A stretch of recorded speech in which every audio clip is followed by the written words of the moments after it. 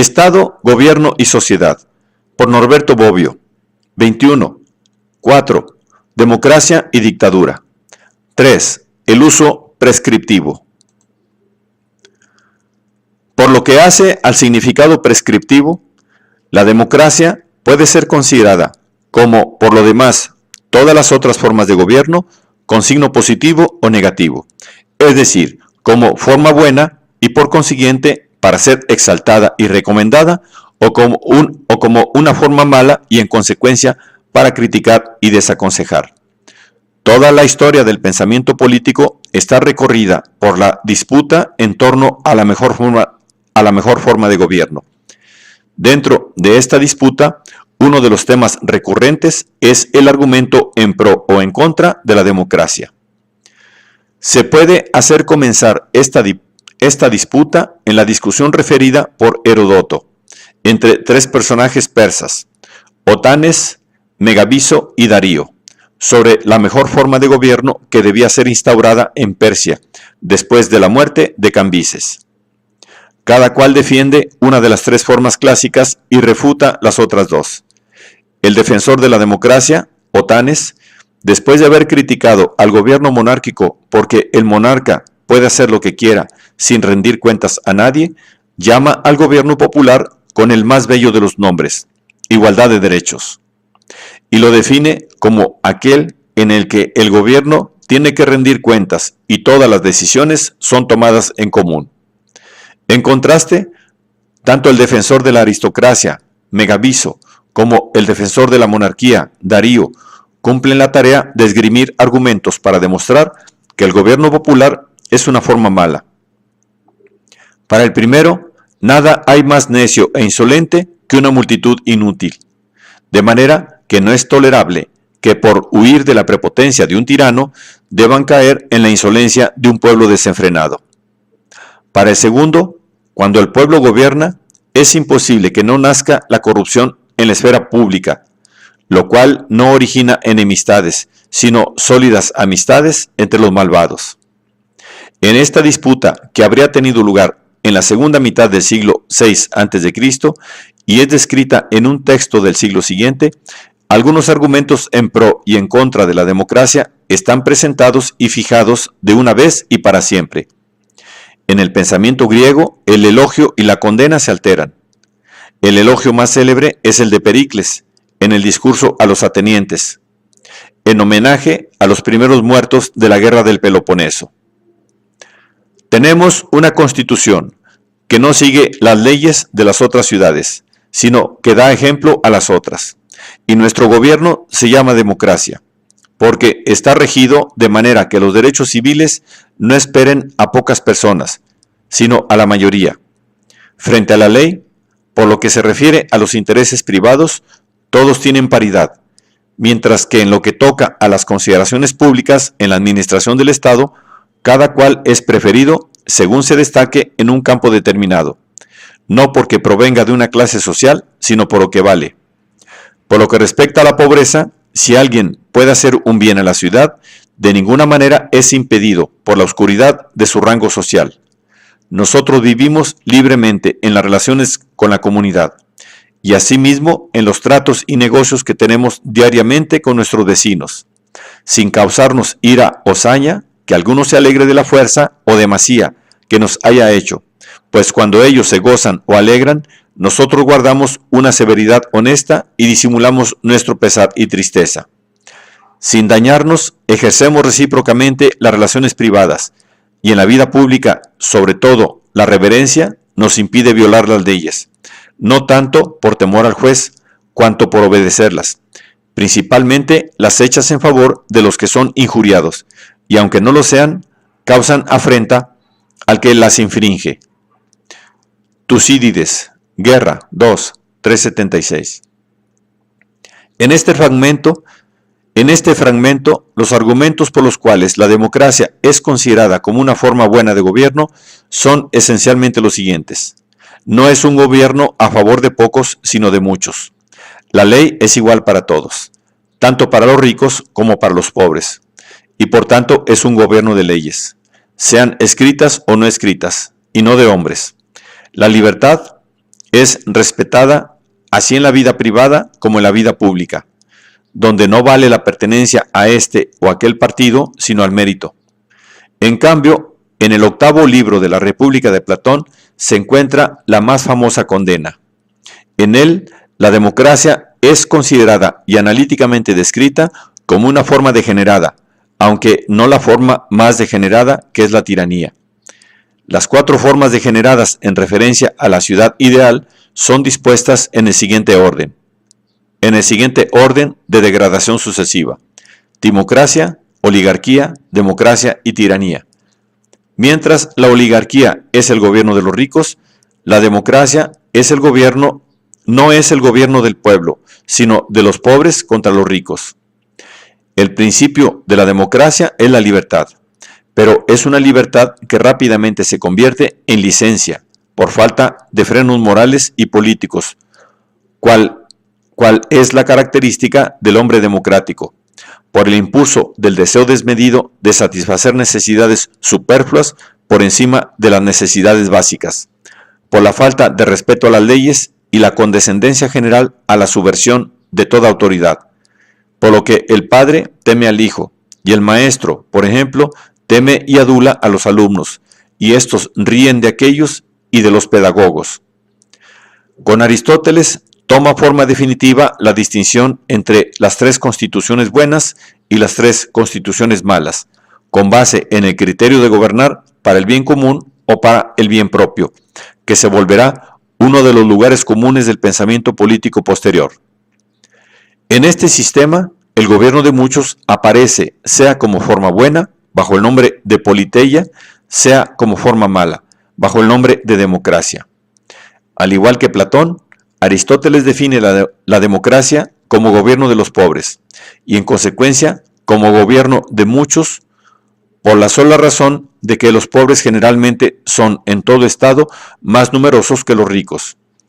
Pero el gobierno de los pobres, así como el de los ricos, siempre es un gobierno en favor de una sola parte y por tanto, según la definición del buen gobierno con base en el criterio del bien común, es un gobierno corrupto.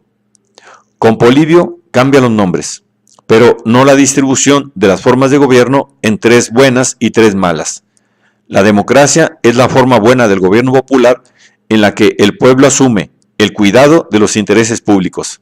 La degeneración de la democracia u oclocracia, gobierno de la plebe, es la forma mala en la que la multitud, acostumbrada a consumir bienes ajenos y a vivir a costillas del prójimo, cuando tiene un jefe magnánimo que no puede aspirar a los cargos públicos por su pobreza, usa la violencia al tiempo que recurre a los asesinatos, exilios y división de tierras.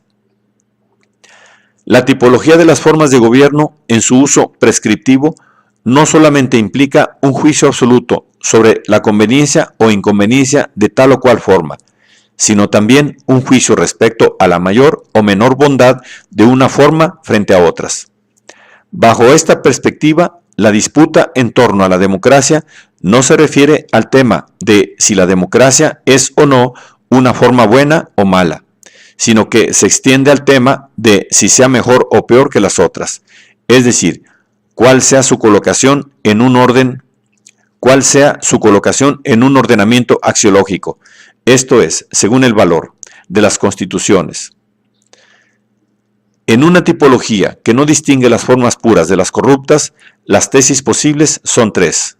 Si la democracia es la mejor, es la peor o está en medio entre la mejor y la peor. Históricamente, las tesis más frecuentes y relevantes son las 2 primeras, ya que la confrontación normalmente se presenta entre las 2 formas extremas, que precisamente son la monarquía y la democracia. En una tipología que distingue las constituciones en su forma pura y en su forma corrupta, la comparación se vuelve mucho más compleja.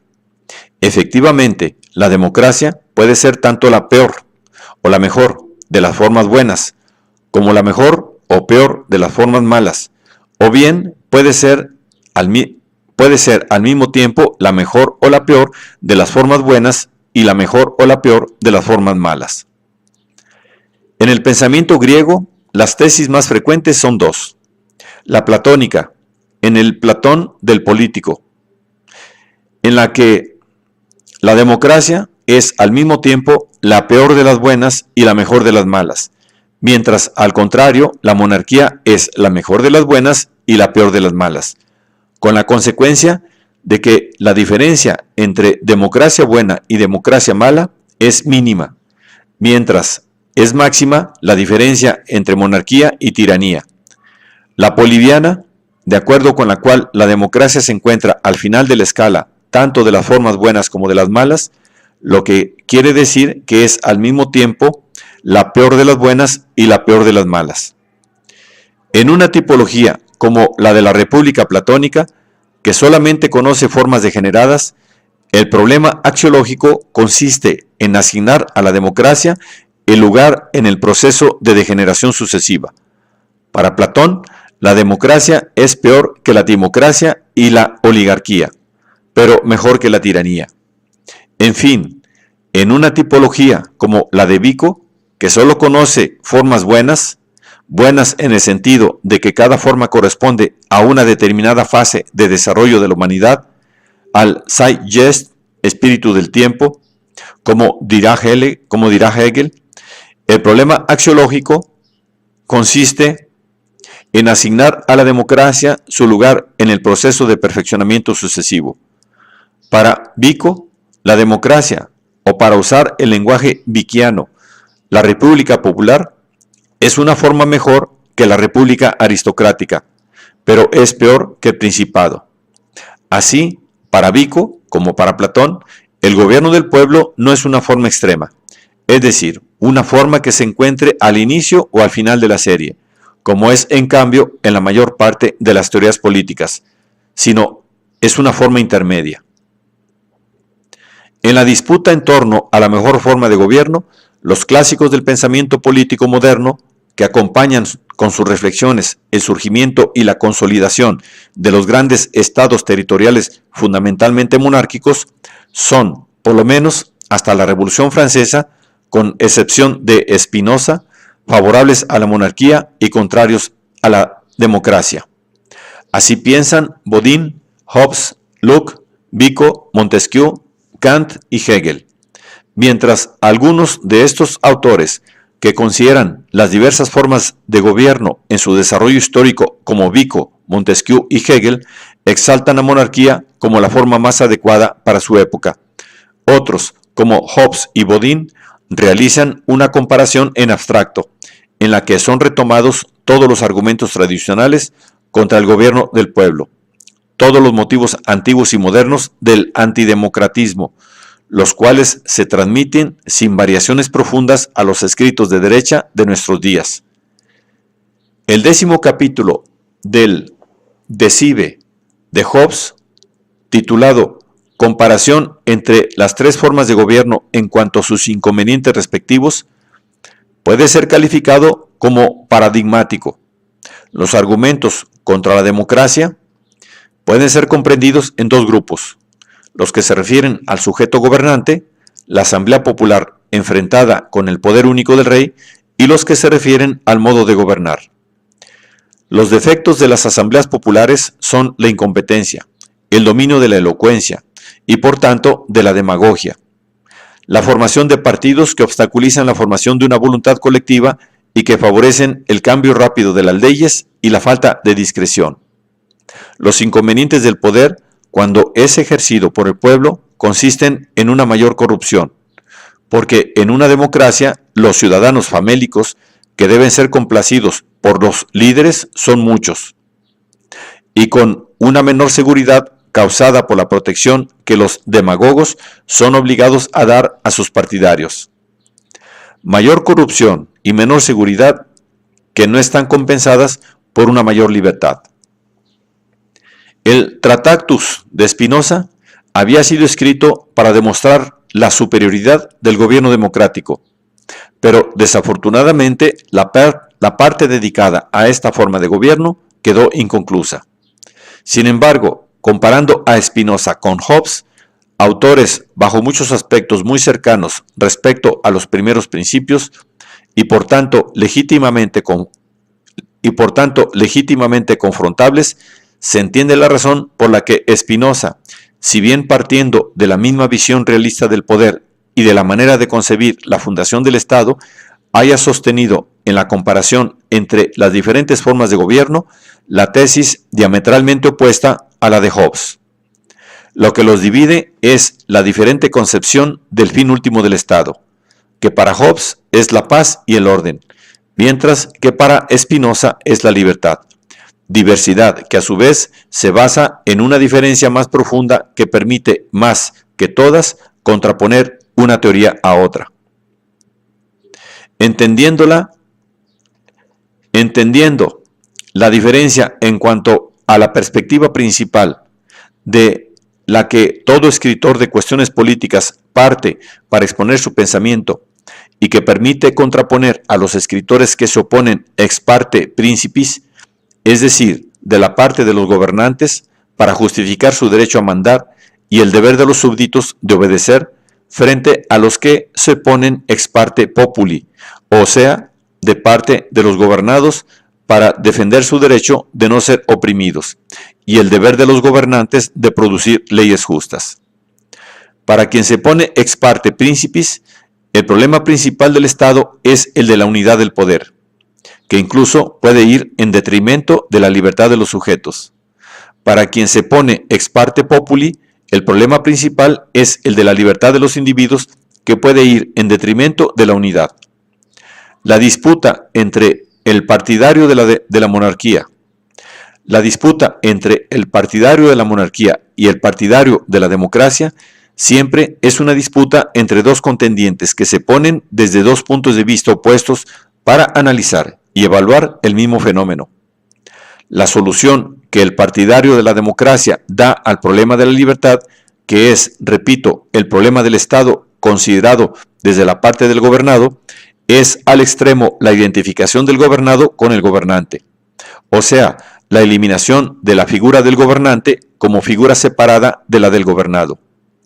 Esta identificación es enunciada claramente por Spinoza, cuando exponiendo los fundamentos del gobierno democrático, afirma que en él ninguno transfiere a otros su natural derecho de forma tan definitiva que luego no deba ser consultado, sino lo da a la parte mayor de toda la sociedad, de la que él es miembro.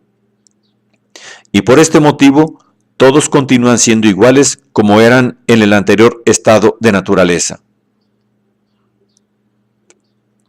Una afirmación que no puede dejar de traer a la memoria la idea central que inspira la obra de quien es considerado el padre de la democracia moderna, la idea de una asociación mediante la cual cada uno, uniéndose a todos, no obedezca sin embargo más que a sí mismo y permanezca tan libre como antes. Rousseau, 1792, página 23. El tema rousseauiano de la libertad como autonomía o de la libertad definida como la obediencia a la ley que nos hemos dado, se vuelve, después de las revoluciones americana y francesa, y luego del nacimiento de las primeras doctrinas socialistas y anarquistas, uno de los argumentos principales, si no es que el principal, en favor de la democracia frente a cualquier otra forma de gobierno, que, si no es democrática, no puede más que ser autocrática. El problema de la democracia se identifica cada vez más con el tema del autogobierno, y el progreso de la democracia con la ampliación de los campos en los que el método del autogobierno es puesto a prueba. El desarrollo de la democracia desde comienzos del siglo pasado coincide con la extensión progresiva de los derechos políticos, es decir, del derecho de participar, aunque sea por medio de la elección de representantes en la formación de la voluntad colectiva.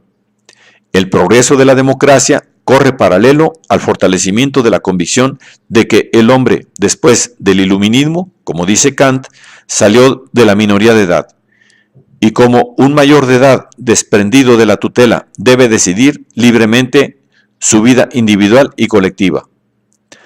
Cada vez que un número mayor de individuos conquista el derecho de participar en la vida política, la autocracia retrocede y la democracia avanza. Junto al argumento ético en favor de la democracia, entendida precisamente como la realización en el terreno específicamente político del valor supremo de la libertad, La evaluación positiva de la democracia autonomía, en referencia a la autocracia heteronomía, generalmente se vale de otros dos argumentos. El primero, más propiamente político, el segundo, genéricamente utilitario. El argumento político se basa en una de las máximas de la experiencia más compartidas en el pensamiento político de todos los tiempos, de que quien detenta el poder tiende a abusar de él. Toda la historia del pensamiento político puede ser considerada como una larga, ininterrumpida y apasionada discusión en torno a las diversas maneras de limitar el poder. Entre estas se encuentra el método democrático. Uno de los argumentos fuertes en favor de la democracia es que el pueblo no puede abusar del poder contra sí mismo. Dicho de otro modo, allí donde el legislador y el destinatario de la ley son la misma persona, el primero no puede prevaricar contra el segundo. El argumento utilitarista es el que se basa en otra máxima de la experiencia, en honor a la verdad menos sólida. Aquella según la cual los mejores intérpretes del interés colectivo son quienes forman parte de la colectividad, de cuyo interés se trata, o sea, los mismos interesados. En este caso, Vox Populi, Vox Dei.